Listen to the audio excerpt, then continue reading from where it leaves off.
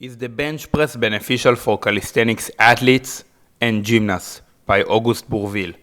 Hi everyone, so this is a Q&A. We are only 1 hour in the Instagram questions, but I decided to just make the video because we have enough great questions. In my experience, the bench press doesn't have a meaningful carryover to gymnastics performance. I personally haven't trained the bench press since starting gymnastics training in 2016. And to my knowledge, neither do most competitive gymnasts. If they bench, it is infrequently, once a year at the off-season, mostly for fun, just a fun observation. Some of them, high-level ring athletes, can bench twice body weight with no specific bench training. That's insane.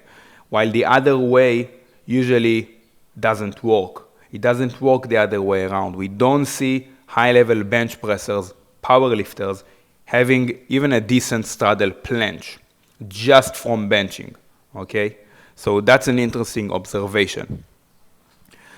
Weight training can be beneficial to gymnastics, and gymnastics athletes do perform weight exercises either at the end of the ring workout or at a separate day, but exercises that target common weaknesses at the sport, or exercises that target the most necessary muscle groups, even if that's their strength.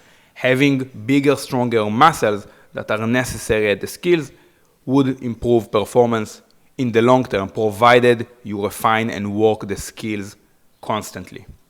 If you look at the gymnasts, they have well-developed shoulders, right? And front anterior deltoids, external rotators, well-developed arms, that's triceps, biceps, all elbow flexors, forearms, and well-defined abs from all of the tumbling and explosive movements and short, intense isometric holds. If you were looking to include weight training exercises that have potential to carry over to the sport of calisthenics and gymnastics, you would train these muscle groups. You would target and isolate these muscle groups using exercises that I have, in fact, incorporated quite consistently in my routine over the past few years, like barbell overhead presses, like dumbbell preacher curls, dumbbell alternating curls, tricep extension, shoulder external rotations, and even weighted dips, weighted pull-ups to some extent. Those have potentially big carryover to the sport, and I do know, in fact, that a lot of high-level gymnasts perform them quite consistently. A Casper Street Workout asks, is the bad form in skills that bad for learning the skill? To the surprise of perhaps many of you, my answer is depends on what you define as bad form. My definition of bad form is using technique that doesn't have a lot of meaning to the desired outcome of the exercise. I will explain. Let's use a simple exercise first. Let's use cheat curls. Cheat curls where you use a lot of momentum with the biceps curl at the bottom to finish the rep quite strictly and lower it down slowly. The point of a cheat curl is to overload the biceps, to use more weight than you can in a strict curl. Therefore, by using momentum wisely at the bottom, you achieved your objective. So this is not bad form. It depends on the objective. Let's use a calisthenics example. If you are performing the planche with bent elbows, your arms are not straight. This is in fact bad form because you are not training the most important component of a planche, which is elbow integrity, where your arms are straight.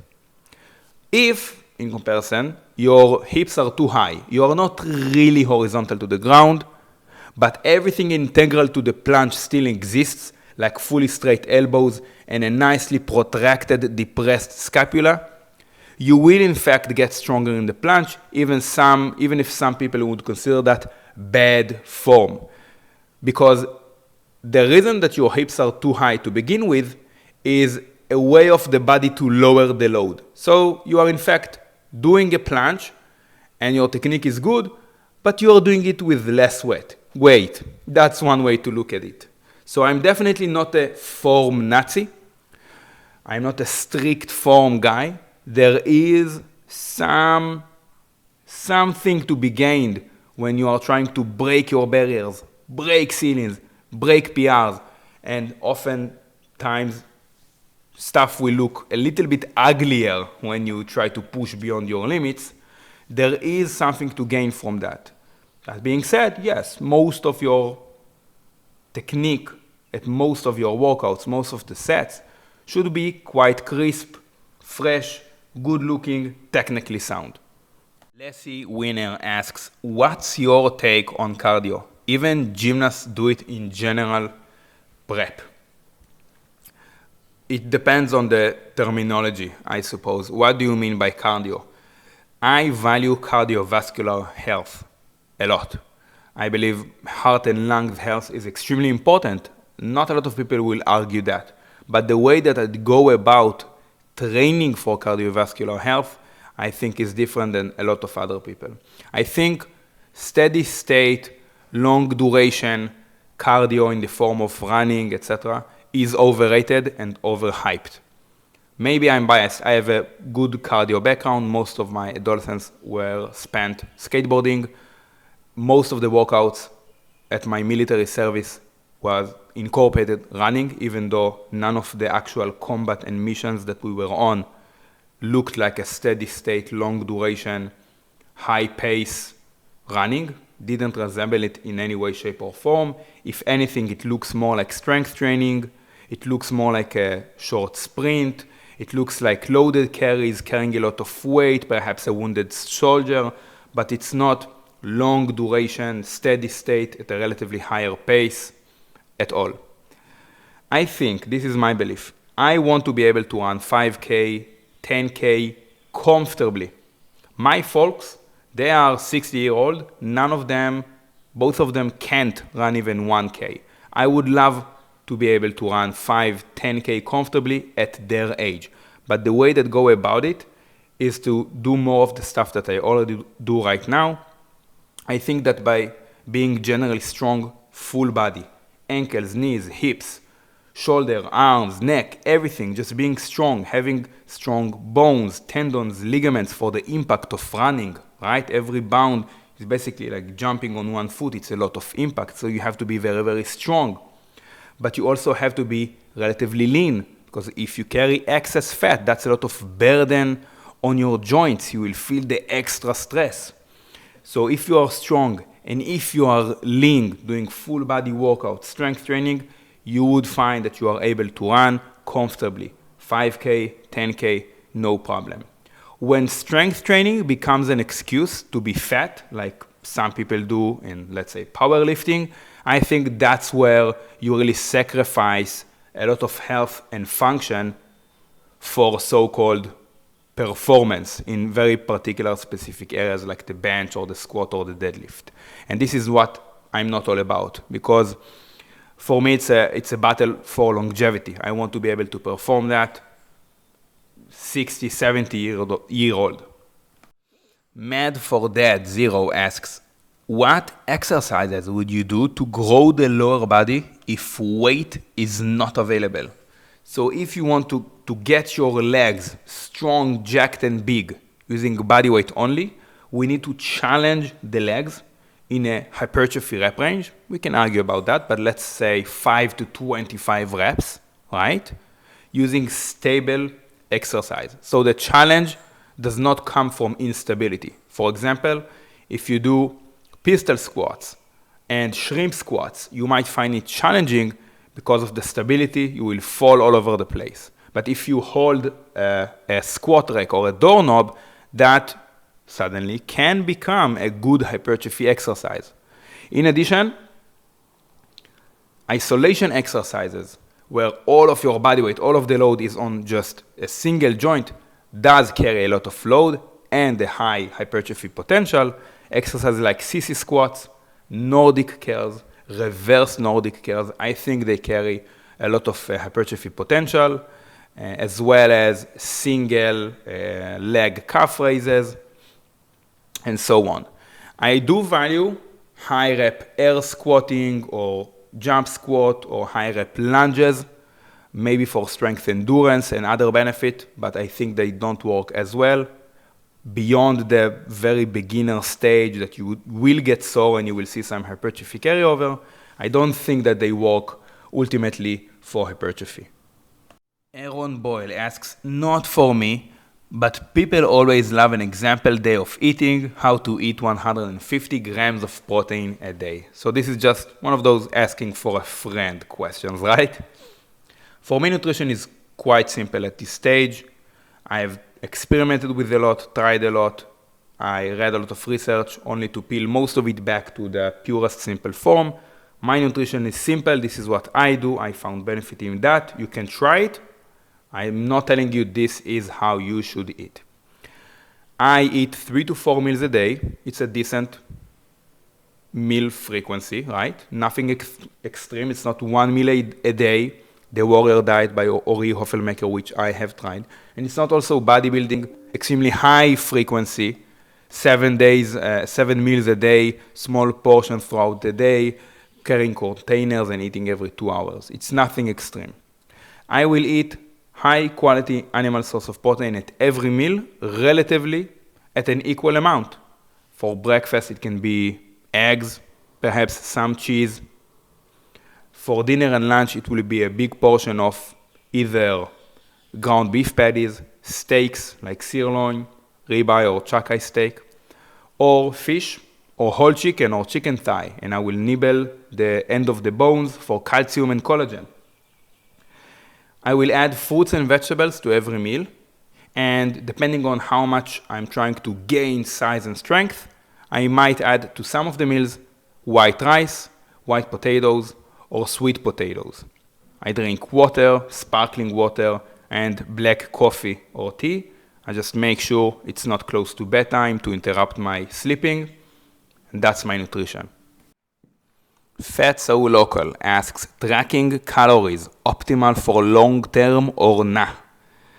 In my view, tracking calories beyond the first week or month, where people honestly don't know what a good carb source is, what a protein source is, how many calories are in this type of food, or how does a 2,000, 3,000 sample meal plan look like on an actual plate, then yes, this is the stage where it is informing, when it is providing valuable data. But beyond this stage, in my opinion, it promotes more of a bad behavior, disordered eating that I don't want to invest more in and develop more. I don't see myself tracking calories, weighing food 10, 20 years from now. As a father, as a grandfather, that's not something that I want to do. This is not sustainable. It creates, those of you who have tracked calories, weighed food for a prolonged period of time, it creates stress. Yes, sure, it feels nice when you hit it, but when you don't, regardless of the level of activity or satiety or how you feel or what you wanted to eat and the social scenario that you were at, you feel bad about it. It creates more stress. It's something that you need to think about throughout the day, but not in a positive manner. Those of you who have tracked, you know what I mean. Even if you found some benefit, immediate benefit, in tracking food, even if it helped you get to a very low body fat percentage, it feeds the beast inside. You know what I mean. I personally can't disconnect a lot of the disordered eating, emotional eating that we see, and a lot of the compensation with having to have cheat meals and so on, and the off-season bulky physique of bodybuilders and the fitness industry, to the fact that they track, measure food, and so on as means of achieving a certain physique or a level of strength, etc. Stuff that old school lifters and bodybuilders didn't do. They achieved a shredded, strong physique that looks healthy and strong, sticking to nutrition principles, changing food choices, okay, prioritizing high protein foods, prioritizing high density foods, decreasing the highly palatable food, ultra processed food, as a means of achieving this physique. It's something that I view much more sustainable for the long term. Perso Atanasov asks your opinion about different rep ranges for strength and hypertrophy. In my opinion, I love concurrent style of training. That is training for multiple capacities, multiple physical traits simultaneously. Training for absolute strength, maximum strength, but also training for conditioning, also training for muscle size, training for power, speed, etc. I see value in doing the 1 to 3 rep range, going for max effort, going for attempts, skills, etc. But I also see value in the pure strength building rep range of the 4 to 6, right? The sets of 5. That's a moderate time under tension, and it definitely feels different. But I also see value in the pure hypertrophy rep range, the 10 to 20 rep range, where you get a lot of time under tension, you get a lot of blood flow, it feels nice, it feeds the muscle. For me, it can even promote recovery. And I even go beyond that hypertrophy rep range, doing sets of 50 to 100 reps for warm-ups, for prehab work, for rehab, if I have any nagging injuries, tendinopathies, and so on. So I see value in incorporate different types of rep ranges. I think that utilizing them year-round or concurrently at the same training workout, at the same training week, will, in more cases, decrease risk of injury, decrease overuse injury, decrease neurological and psychological burnout, physical burnout, and carries much more benefits than just sticking to one rep range. If your goal is relative strength, you will take that complete rep range and steer it towards the lower side. If your goal is purely hypertrophy bodybuilding, even that's with just bodyweight exercise, you don't have to perform the maximum effort 1 to 3 rep range, doing lots of singles and doubles that will have almost no carryover to bodybuilding. You can stick to 5 to 25 rep range. Either way, within the practice, utilize the low and the higher end extreme of your rep ranges, and I think that it will help you physically and mentally.